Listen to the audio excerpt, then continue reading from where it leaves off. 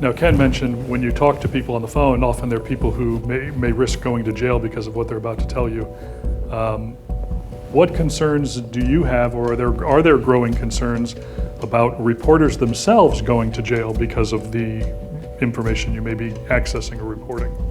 As probably many of you know, the Espionage Act makes it illegal to publish classified information. There's kind of a national agreement that journalists won't be prosecuted for doing that, but that's just an agreement. There's no guarantee that that sticks. Following what Ken said, I worry not just about potential prosecutions of our sources or of us, but like an overall chilling effect in which people from the intelligence community will be less likely to meet with you, not to share classified information, but just to have the normal kind of discussions that are the lifeblood of Washington. It's going to play out, right, in the bowels of intelligence agencies. It's going to be hard to get a read, and that goes to one of the challenges, I think, of this covering this particular area during a Trump administration. Is there are going to be tensions, there are going to be strife, and it's always difficult to get a read on in any administration. But I think particularly in this one, where it goes on depths where it's very difficult for even us in the press to get a handle on.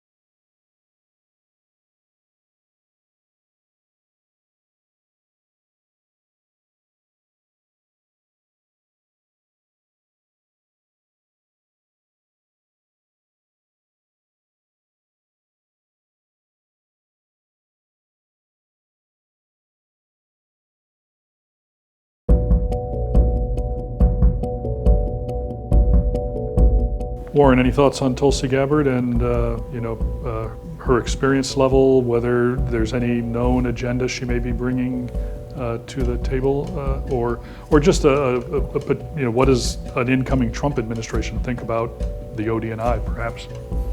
I mean, let's be frank here. The agenda of most of the people that Trump has appointed to national security and other posts is loyalty to Donald Trump, and that's why they were chosen. That seems to be the sort of through line that you see. I was writing a story this afternoon about Tulsi Gabbard. She does not have deep intelligence experience, which in the law that establishes the DNI, that law says that person has to have extensive or serious, I don't forget the language, national security experience. I think it's pretty hard to argue that Tulsi Gabbard has that beyond deployment in Iraq. There's really solid evidence that Trump ordered his employees to destroy evidence to stymie the investigation. And yet, half the country just doesn't believe it. What does this say to foreign partners, and particularly those in the Five Eyes, now that you have a previous and future president who has been accused of mishandling classified information at the most senior levels and ordering the declassification of information potentially for political gain. His selection for Tulsi Gabbard to act as Director of National Intelligence, where she does not have an extensive background in national security. If I was looking at this from London or one of the other Five Eyes capitals and saying, how comfortable do I feel about sharing classified information with the United States that we have obtained through potentially very sensitive sources, I think that's going to be an ongoing conversation in a lot of these countries. And then the question is, well, how does that impact this very crucial intelligence sharing that goes on?